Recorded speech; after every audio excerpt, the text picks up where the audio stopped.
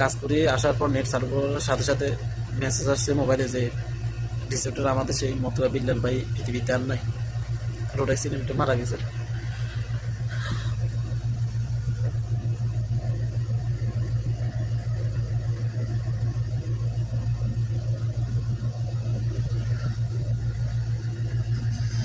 ভাই মানুষ তো মানুষের সাথেই চলাফেরা করলে মিশলে মানুষের প্রতি তো মানুষের মায়া হবে। একটা পশুপালন করলেও তো মানুষের পশুর প্রতি একটা মায়া জমে যায়। আমি দিয়ে অনেক সময় ওনার সাথে ফজরের নামাজের সঙ্গী হয়েছি ওনার। পুরো একটা রিসোর্টে এমনও সময় গেছে উনি একাই নামাজ পড়াইতেন। মাঝে মধ্যে তো আমাদের নামাজ নিশ্চিত ফজরে থাকতাম না বা বিভিন্ন সময় থাকতাম, উনি ফজরে সব সময় সকালে একাই আজান দিতেন, একামত দিতেন, একাই জামাত করতেন ম্যাক্সিমাম সময়। তা আমি মাঝে মধ্যে যখন ফজরে অংশগ্রহণ করতাম, অনেক সময় ওনার শরীর খারাপ থাকলে আমাদের বলতে আমি পড়াইতাম, উনি মুসল্লি থাকতেন, আমরা দুজন। আবার অনেক সময় উনি পড়াইতেন, বেশিরভাগ সময় উনি পড়াইতেন, মাঝে মধ্যে উচিত উনি বলতেন আমাদের পড়ানোর জন্য। আর আমি ওইখানে কর্মস্থলে মানে যতগুলো মানুষ ছিল, উনি মহানব দেবেন এত ভালো একটা মানুষ আছিলেন বিল্লাল ভাই।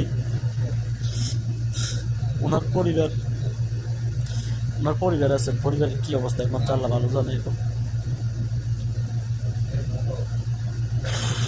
আল্লাহ সকল প্রবাসী না শুধু সকল মানুষকে হয়তো হঠাৎ বিপদ, হঠাৎ মৃত্যু, হঠাৎ অ্যাক্সিডেন্ট থেকে মামলা গালা ব্যস্ত নসিব করে কোন রাজিব ভাই।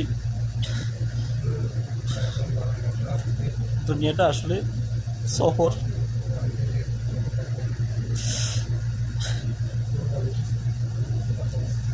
আমি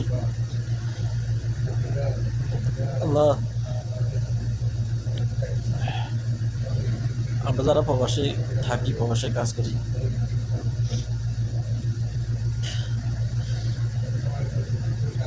আল্লাহ সকল প্রবাসীদেরকে ভালো রাখুক।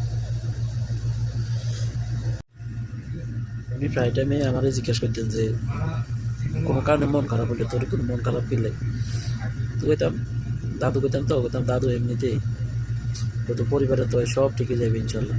ওনার সবসময় একটা ডায়লগ থাকতো যে পরিবারের তো, লোকটা সবসময় কিন্তু পরিবারের দোয়া সব ঠিক আছে। ওই লোকটা আজকে পরিবার সারি চলে গেছে।